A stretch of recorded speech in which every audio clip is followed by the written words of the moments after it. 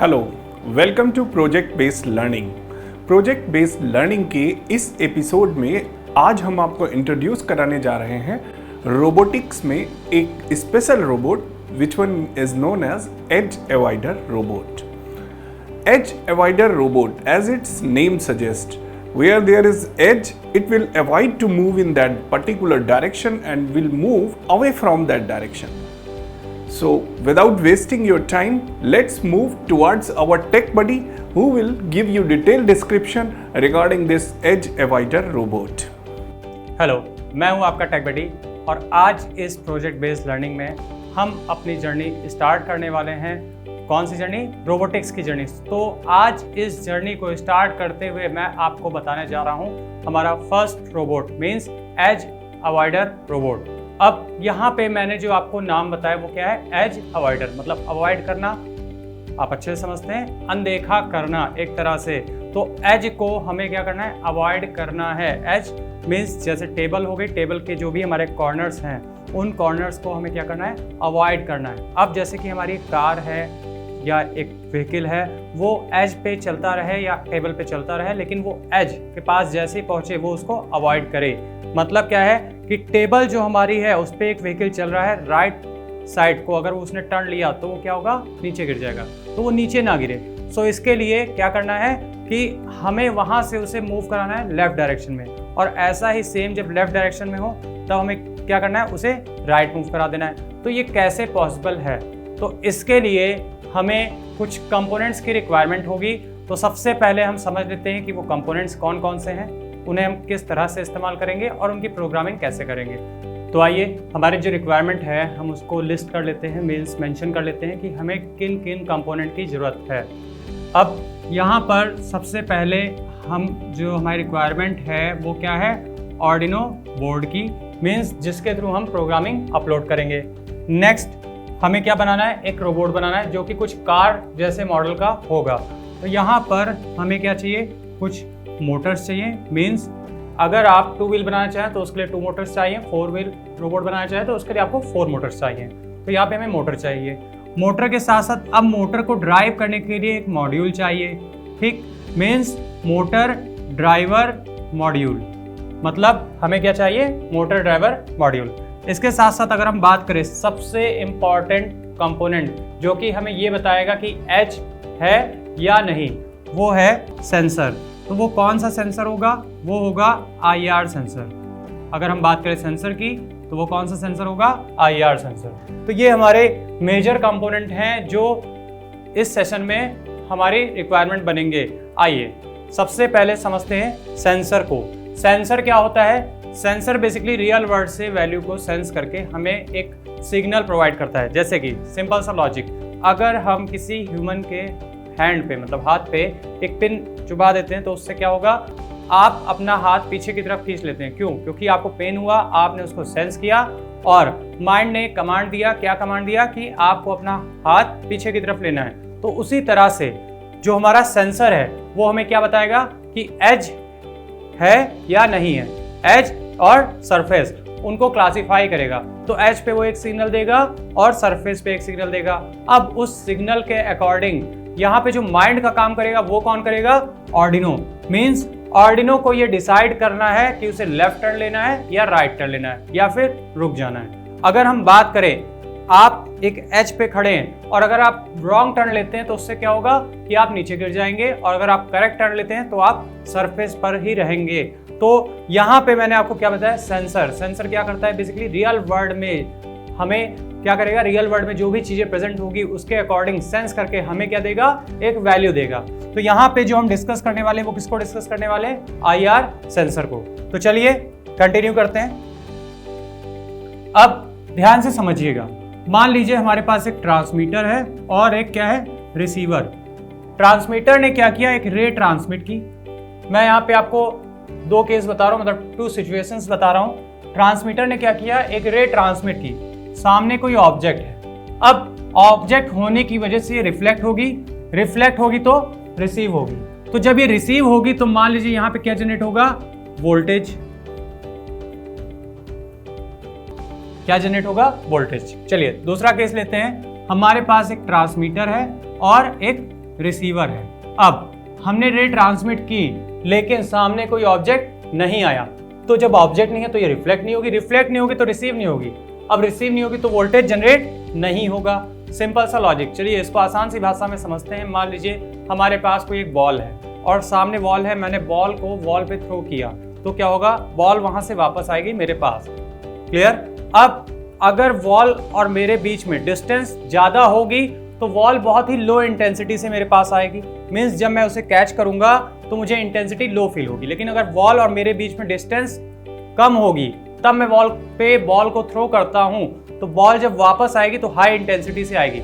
Same उसी तरह से मान लीजिए हमने रे ट्रांसमिट की, सामने ऑब्जेक्ट था, ऑब्जेक्ट और जहां से हम रे ट्रांसमिट कर रहे हैं उसके बीच में डिस्टेंस ज्यादा है तो वेव जो होगी वो रिफ्लेक्ट होगी लेकिन लो इंटेंसिटी के साथ, मींस वोल्टेज कितना मिलेगा, लो मिलेगा।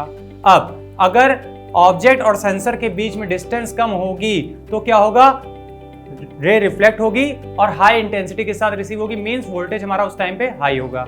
अब इसके बाद अगर हम बात करें सामने वॉल ही ना हो तो क्या होगा, रे ट्रांसमिट तो होगी लेकिन रिफ्लेक्ट नहीं होगी, रिसीव नहीं होगी, हमें कुछ पता नहीं चलेगा। सो सिंपल सा लॉजिक ये हम अप्लाई करने जा रहे हैं किसमें, IR सेंसर में।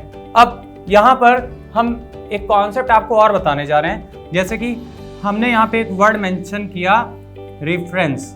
सो रेफरेंस क्या होता है अब समझिएगा। यहाँ पे रेफरेंस के आगे मैं एक वर्ड और मेंशन कर रहा हूँ, रेफरेंस लेवल। जैसे कि आप क्या बोलते हैं कि अगर हमारे 30 मार्क्स से ज़्यादा आगे तो हम पास हो जाएंगे, 60 मार्क्स से ज़्यादा आगे तो हम फर्स्ट डिवीज़न हमारी आ जाएगी, और अगर 80 मार्क्स से ज़्यादा है तो हम टॉपर होंगे।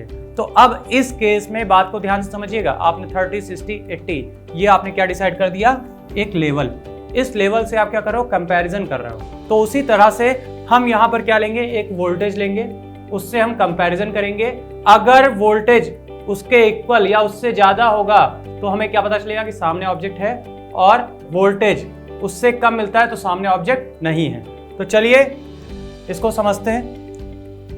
देखिए रे ट्रांसमिट हो रही है, रिफ्लेक्ट होगी, रिसीव होगी तो वोल्टेज जनरेट होगा।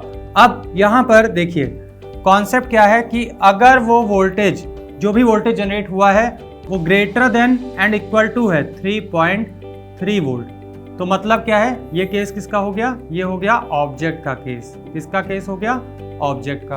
अब मान लीजिए जो वोल्टेज है वो आपका लेस देन है 3.3 वोल्ट से, तो मतलब क्या है, ये केस हो गया नो ऑब्जेक्ट का। तो ये तो मैंने बताया ऑब्जेक्ट की प्रेजेंस के लिए। अब सेम कॉन्सेप्ट को हम समझेंगे सरफेस के केस में। देखिए कंटिन्यू करते हैं। सबसे पहले मैं यहाँ पे मेंशन कर दे रहा हूँ, अगर हमारे पास ऑब्जेक्ट होगा तो हमें वैल्यू क्या मिलेगी, ये हम समझते हैं। मैंने क्या बताया, वोल्टेज बताया आपको, वोल्टेज 3.3 वोल्ट के इक्वल या उससे ज़्यादा मिलेगा। तो ऑब्जेक्ट के केस में हम मान ले रहे हैं कि हमें वैल्यू क्या मिलेगी, 1, और नो ऑब्जेक्ट के केस में हमें जो वैल्यू मिलेगी वो वैल्यू क्या मिलेगी, वो वैल्यू मिलेगी 0। तो ये केस हो गया ऑब्जेक्ट के लिए, मीन्स हम किसी भी ऑब्जेक्ट की प्रेजेंस को सेंस कर रहे हैं। तो एक ऐसा सेंसर जो कि प्रेजेंस को सेंस करता है वो कौन सा सेंसर होता है, वो होता है प्रॉक्सिमिटी सेंसर। मीन्स जो किसी ऑब्जेक्ट की प्रेजेंस को सेंस कर रहा है वो कौन सा सेंसर है, प्रॉक्सिमिटी सेंसर। तो इसके लिए हमने क्या इस्तेमाल किया, जैसा कि हमने आपको बताया IR। अब इसके बाद हम मूव करते हैं सरफेस के कॉन्सेप्ट पे। तो ध्यान से समझिएगा, सबसे ज्यादा डार्क कलर कौन सा है, अगर हम बात करें तो डार्क कलर है ब्लैक, और सबसे ज्यादा अगर हम लाइट कलर की बात करें तो सबसे ज्यादा लाइट कलर कौन सा है, व्हाइट। क्लियर, सबसे ज्यादा डार्क कलर ब्लैक है और सबसे ज्यादा लाइट कलर व्हाइट है। सो यहां पर हम ध्यान देते हैं, देखिएगा अगर हम बात कर रहे हैं ब्लैक कलर की तो होगा क्या, हमने बात की है IR सेंसर की। IR means infrared rays. तो जब IR सेंसर रे को ट्रांसमिट करेगा और वो किस पे पड़ेगी, ब्लैक कलर पे, तो ब्लैक कलर क्या करेगा, इसे एब्जॉर्ब कर लेगा और रिफ्लेक्ट नहीं करेगा। तो जब रिफ्लेक्ट नहीं करेगा तो कुछ भी रिसीव नहीं होगा। तो जब रिसीव नहीं होगा तो इस केस में वैल्यू क्या मिली हमें, 0।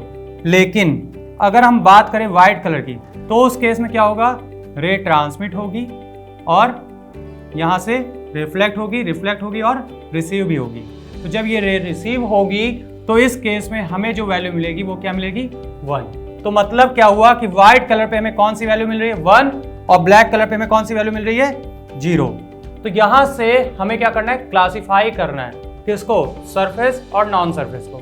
अब इसको समझते हैं ये हम क्लासिफाई कैसे करेंगे। तो देखिए मान लीजिए ये एक टेबल है, ये जो मैंने स्क्वायर बनाया है ये मान लीजिए क्या है, एक टेबल है।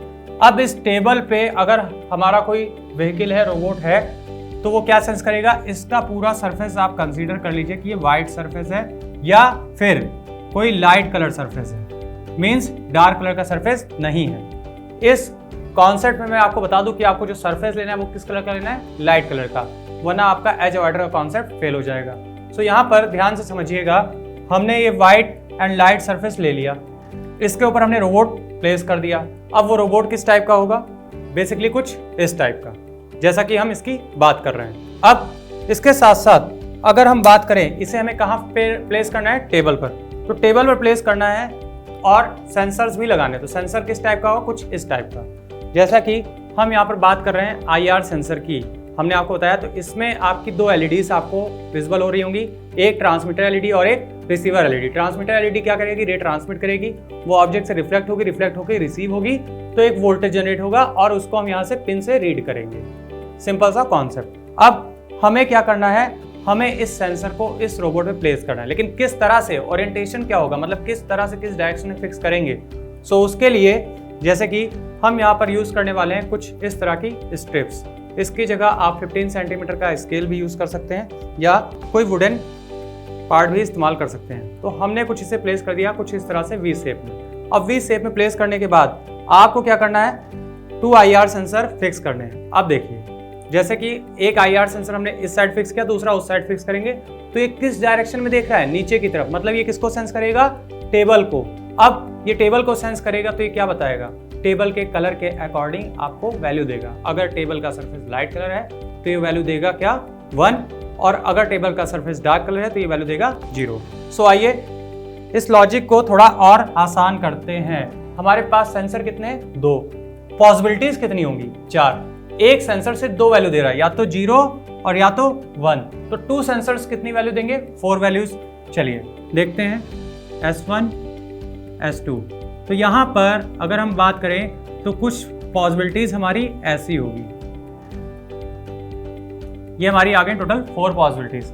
मींस इस केस की अगर हम बात करें तो जब दोनों ही सेंसर सरफेस पर नहीं है, मींस ये दोनों टेबल के नीचे हैं, टेबल पर नहीं देख रहे हैं, इस केस में क्या होना चाहिए, सेंसर्स दोनों हमारे टेबल के बाहर आ चुके हैं, तो रोबोट हमारा रुक जाना चाहिए। अगर वो और मूवमेंट करेगा तो वो नीचे गिर जाएगा। तो इस केस में क्या होना चाहिए, मोटर को स्टॉप हो जाना चाहिए। नेक्स्ट, इस केस की अगर हम बात करें तो मान लीजिए ये आपका लेफ्ट वाला सेंसर है और ये आपका राइट वाला सेंसर है। तो राइट वाला सेंसर अभी भी सरफेस पे है, लेकिन लेफ्ट साइड का जो सेंसर था वो आपका सरफेस के बाहर था। तो इस टाइम पे अगर हम लेफ्ट टर्न लेंगे तो हम नीचे गिरेंगे, तो हमें क्या करना है, राइट टर्न लेना है। तो इस केस में हम किस साइड टर्न लेंगे, राइट टर्न। सेम इसी तरह से इस केस में क्या हो जाएगा, लेफ्ट टर्न, और जब दोनों ही सेंसर टेबल पर हैं तो हमें क्या चलना है, फॉरवर्ड। तो ये केस किसके लिए हो गया, फॉरवर्ड के लिए हो गया। तो इस तरह से हमने यहाँ पर क्या क्लासिफाई करना सीखा कि सरफेस है या नहीं। अब ये हमारा पूरा कॉन्सेप्ट बन गया। जो अभी तक की समरी हमारे पास है वो ये है कि जब दोनों ही सेंसर सरफेस पे ना हो तो हमें मोटर को स्टॉप कर देना है, और जब राइट सेंसर हमारा सरफेस पे है, लेफ्ट सेंसर सरफेस पे नहीं तो हमें राइट टर्न लेना है। लेफ्ट सेंसर सरफेस पे है, राइट सेंसर सरफेस पे नहीं तो हमें लेफ्ट टर्न लेना है, और जब दोनों ही सेंसर हमारे सरफेस पे है तो हमें फॉरवर्ड मूव करना है। सो ये हमारा लॉजिक यहाँ से डेवलप हो गया कि हमें आर्डिनो में क्या लॉजिक डेवलप करना है। अब इसके बाद हम यहाँ पर एक नया कंपोनेंट इंट्रोड्यूस करने जा रहे हैं, क्या, motor driver module. Basically driver क्या होता है, जो कि ड्राइव करता है। तो हमें यहाँ पे किसको ड्राइव कराना है, मोटर को। अब मोटर के साथ हमें ड्राइवर की रिक्वायरमेंट क्यों पड़ रही है, जैसा कि आपने एलईडी में पढ़ा कि एलईडी को आपने हाई करा दिया और एलईडी को आपने लो करा दिया। तो क्या मोटर को हाई और लो नहीं करा सकते, करा सकते हैं, लेकिन क्यों, डायरेक्ट क्यों नहीं करा सकते हैं, क्योंकि अगर हम बात करें मोटर की, मोटर में क्या होते हैं, कॉइल्स का मतलब क्या है, नंबर ऑफ टर्न्स। तो जहां पे कॉइल्स होते हैं वहां पे ईएमएफ इंड्यूस होता है, मींस इलेक्ट्रोमैग्नेटिक फील्ड। तो अब अगर हम मोटर को डायरेक्टली आर्डिनो से कनेक्ट करेंगे तो वहां पर क्या होगा, ईएमएफ इंड्यूस होगा, वो EMF कहाँ पे जाएगा, आर्डिनो की पिन पे, तो उससे पिन्स खराब हो सकती हैं। तो इसलिए हमें बीच में क्या यूज करना है, प्रिकॉशन के पर्पज से ड्राइवर। अब इसका एक सिंपल सा कॉन्सेप्ट और लेते हैं कि ड्राइवर क्यों इस्तेमाल कर रहे हैं। तो सिंपल सा लॉजिक आप समझिएगा। मान लीजिए मैंने आपको एक मोटर दे दी और एक बैटरी दे दी, आपने वायरिंग की, कनेक्ट किया, मोटर क्लॉकवाइज रोटेट कर रही है। अब आपको एंटी क्लॉकवाइज चलाना है तो क्या करोगे, आप पोलैरिटी को चेंज करोगे। मोटर को नहीं चलाना है तो आप बैटरी का कनेक्शन हटा देंगे। सो मीन्स आपको जब भी कोई नेक्स्ट डायरेक्शन कंट्रोल करानी है तो आपको पोलैरिटी चेंज करनी पड़ी या वायर को डिस्कनेक्ट करना पड़ रहा है। तो बिना टर्मिनल चेंज किए हमें मोटर की डायरेक्शन अगर कंट्रोल करनी है, क्लॉकवाइज, एंटी क्लॉकवाइज या स्टॉप, तो हम कैसे करेंगे, तो हम करेंगे मोटर ड्राइवर मॉड्यूल की हेल्प से। तो आइए मोटर ड्राइवर मॉड्यूल के बारे में समझते हैं। सिंपल सा लॉजिक, मार्केट में हमारे पास जो मोटर ड्राइवर मॉड्यूल अवेलेबल है वो दो टाइप के हैं, L293D एंड L298। सो यहाँ पर हम जो सर्किटरी समझेंगे वो इस मॉड्यूल की समझेंगे कि अगर हम खुद से मोटर ड्राइवर मॉड्यूल डेवलप करना चाहें तो कैसे डेवलप कर सकते हैं। तो इसके लिए मैं आपको बता दूं कि ये क्या है, ये बेसिकली एक आईसी है। अब इस आईसी के थ्रू कैसे हम खुद का मोटर ड्राइवर मॉड्यूल डिजाइन कर सकते हैं वो हम समझते हैं।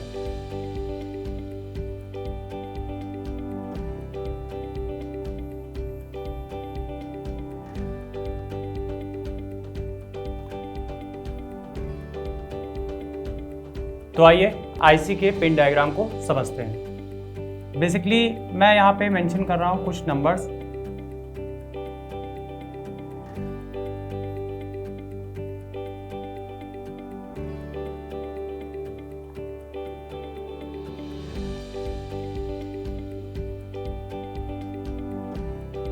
अब ध्यान से समझिएगा, इस आईसी की अगर हम बात करें तो आईसी में बेसिकली हम क्या देखते हैं, ये नॉच देखते हैं, यू शेप देखते हैं। इस शेप को देख करके लेफ्ट साइड से हम पिन की काउंटिंग स्टार्ट करते हैं। सो ये कितने पिन की आईसी है, 16 पिन की, 1 to 8। द नंबरिंग जो हमारी स्टार्ट होगी वो इस साइड से नहीं स्टार्ट होगी, बॉटम से स्टार्ट होगी। 9, 10, 11, 12, 13, 14, 15 एंड 16। सो यहाँ पर हम सिंपल सा एक ट्रिक देखेंगे जिसकी हेल्प से हमें ये आसानी से याद हो जाएगा। सो सबसे पहली पिन जो हमारी है इसको हमने क्या कंसीडर किया, VCC means positive supply. Left side की first pin VCC, left side की last pin VCC, right side की first pin VCC and right side की लास्ट पिन VCC। तो होता क्या है कि जब भी हम कोई सर्किट बनाते हैं तो जितनी भी पॉजिटिव सप्लाई होती है उन सबको हम एक साथ कनेक्ट करते हैं। तो चलिए हमने क्या लिया, 5 वोल्ट सप्लाई ली और वो अप्लाई की पिन नंबर 1 पे, और पिन नंबर 1, 16 एंड 9 को आपस में कनेक्ट कर दिया। लेकिन पिन नंबर 8 को नहीं किया। क्यों नहीं किया, क्योंकि इसको हम VCC ना बोल करके हम क्या बोलते हैं, एक्सटर्नल सप्लाई। इस पिन पे हम वो वोल्टेज अप्लाई करते हैं जिस पे मोटर ऑपरेट होती है। अगर यहाँ पर आप एक मोटर कनेक्ट करना चाह रहे हैं जो कि 5 वोल्ट पे ऑपरेट होती है तो इस पिन पे आप कितना देंगे, 5 वोल्ट। 9 वोल्ट पे ऑपरेट होती है तो 9 वोल्ट, और 12 वोल्ट पे ऑपरेट होती है तो 12 वोल्ट। लेकिन अब क्वेश्चन ये है कि अगर हम इसको भी शॉर्ट कर दे तो क्या होगा। तो इस टाइम पे प्रॉब्लम ये आएगी कि अगर यहां पर देखें तो कितना अप्लाई हो रहा है, 5 वोल्ट। उस 5 वोल्ट में इस पे भी जाएगा, और मोटर आपने लगाई है 9 वोल्ट पे ऑपरेट होने वाली, तो इसको लेस वोल्टेज मिलेगा। तो मोटर अपनी प्रॉपर स्पीड में रोटेट नहीं करेगी। क्यों, क्योंकि उसे वोल्टेज कम मिल रहा है उसकी रिक्वायरमेंट के अकॉर्डिंग। सेम इसी तरह से अगर हम बात करें सिंपल से एग्जाम्पल की, तो हम बात करते हैं ह्यूमंस की। अगर आपकी डाइट जो है उसकी हाफ डाइट आपको दी जाए तो आप क्या करोगे, हाफ इफिशियंसी से वर्क करोगे। सो उसी तरह से यहाँ पर कॉन्सेप्ट मोटर का भी है। अब इतना कॉन्सेप्ट कवर करने के बाद हमें क्या करना है, सबसे पहले इनपुट अप्लाई करना है। तो पिन नंबर 2 हमने किसके लिए ले लिया, इनपुट के लिए। और जब तक हम इनपुट अप्लाई नहीं करेंगे तब तक हमें क्या नहीं मिलेगा, output, because output depends on input. So input हमने अप्लाई किया तो अब हमें क्या मिलेगा, आउटपुट। देन इसके बाद अगर हम देखें तो हमने 2 पिन आपस में शॉर्ट की और छोड़ दी। इसके जस्ट ऊपर हमने क्या मेंशन किया था, आउटपुट। सो इसके जस्ट नीचे भी हमने आउटपुट मेंशन कर दिया, और आउटपुट कब मिलता है, इनपुट अप्लाई करने पर। सो ये थी ट्रिक। अब देखिए फिर से समझते हैं, हमने इनपुट अप्लाई किया तो हमें क्या मिला, आउटपुट। 2 पिन आपस में शॉर्ट करके हमने छोड़ दी, मतलब कनेक्ट करके आपस में छोड़ दी। अब इसके जस्ट नीचे हमने क्या मेंशन किया, आउटपुट। और आउटपुट कब मिलता है, जब हम इनपुट अप्लाई करते हैं। सो लेफ्ट साइड पे हमने जो ट्रिक मेंशन की है वही सेम हम राइट साइड में मेंशन करेंगे। तो ये पिन हमारी किसकी हो गई, इनपुट की, ये पिन हमारी किसकी हो गई, आउटपुट की, और 2 पिन हमने आपस में सॉर्ट की। और जस्ट इसके बाद हमने क्या मेंशन किया, आउटपुट, और आउटपुट क्या मिलता है, इनपुट को अप्लाई करने पे।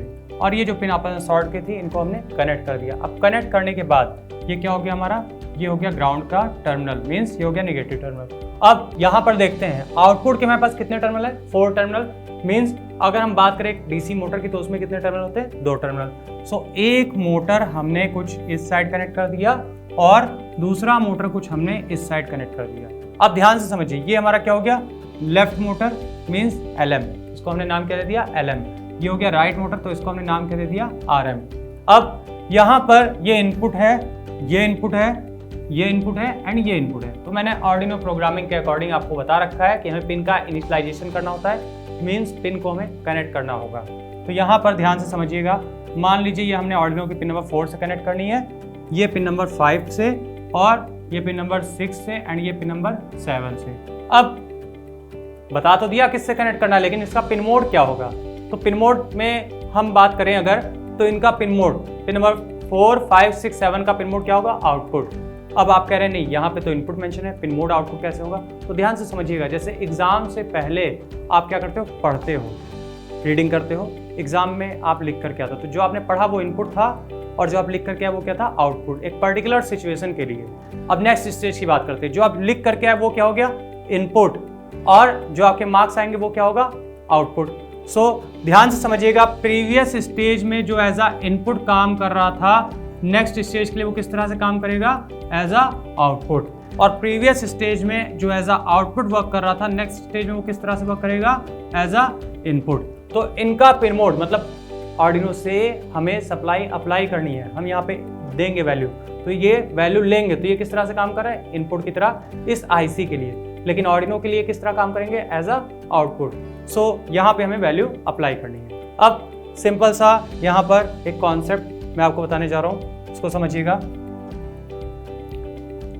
यहाँ पर अगर हमने 1 और 0 अप्लाई किया तो जो हमारी मोटर है वो किस डायरेक्शन में रोटेट करेगी, क्लॉकवाइज। अगर हम 0 और 1 अप्लाई कर रहे हैं तो जो मोटर है वो किस डायरेक्शन में रोटेट करेगी, एंटी क्लॉकवाइज। अब स्टॉप करना है, तो स्टॉप करने के लिए हमने क्या यहाँ पे लॉजिक मेंशन किया, 0 0। सो इससे क्या हो गया, मोटर स्टॉप हो गई। अब आपके माइंड में आ रहा होगा, क्या हम 1 1 अप्लाई नहीं कर सकते, कर सकते हैं, लेकिन किस केस में उसको समझते हैं। जैसे एक डोर है, उसको 2 पर्सन्स ओपन कर रहे हैं बोथ साइड से, मतलब दोनों तरफ से, एक पर्सन इधर से ओपन कर रहा है, एक पर्सन इधर से ओपन कर रहा है, तो उस टाइम पे होगा क्या, हमारी पावर का लॉस होगा, डोर में वाइब्रेशंस आएंगे, क्या डोर ओपन होगा, नहीं। सो उसी तरह से जब आप ये लॉजिक अप्लाई करेंगे तो एक पोर्शन इसे क्लॉकवाइज चलाना चाहेगा, एक पोर्शन एंटी क्लॉकवाइज चलाना चाहेगा, तो उस केस में क्या होगा, इसमें मोटर में सिर्फ वाइब्रेशंस आएंगे। और कुछ टाइम बाद अगर ये टाइम ड्यूरेशन ज़्यादा होगी तो ये वाइंडिंग को, जो मोटर के कॉइल्स होते हैं उनको बर्न करा देगा और मोटर आपका खराब हो जाएगा। सो ये सिर्फ और सिर्फ किस केस में इस्तेमाल होता है, ब्रेक के केस में। मान लीजिए आपको एक रोबोट बना रहे हैं और वहाँ पे आपको सडनली ब्रेक लगानी, सामने कोई ऑब्जेक्ट आ गया, तो उस केस में आप क्या करेंगे, दोनों पिन को 1 1 कर सकते हैं। बेसिकली हमें सिर्फ ये कंसीडर करके चलना है। ओके, सो इसके बाद अब जो हमने मेंशन किया था, तो चलिए लॉजिक देखते हैं। ये जो वैल्यूज है हमारी, ये सेंसर की हैं और ये हमारी डायरेक्शन किसकी हो गई, मोटर की। तो मोटर को हमें स्टॉप कराना है, राइट कराना है, लेफ्ट कराना है, फॉरवर्ड कराना है, लेकिन मोटर कितने, 2। अब दोनों मोटर के लिए हमें कमांड देनी होंगी और ये वैल्यू हमें सेंसर से मिले, तो इसके अकॉर्डिंग हमें लॉजिक डेवलप करना है। तो आइए कंटिन्यू करते हैं प्रोग्राम।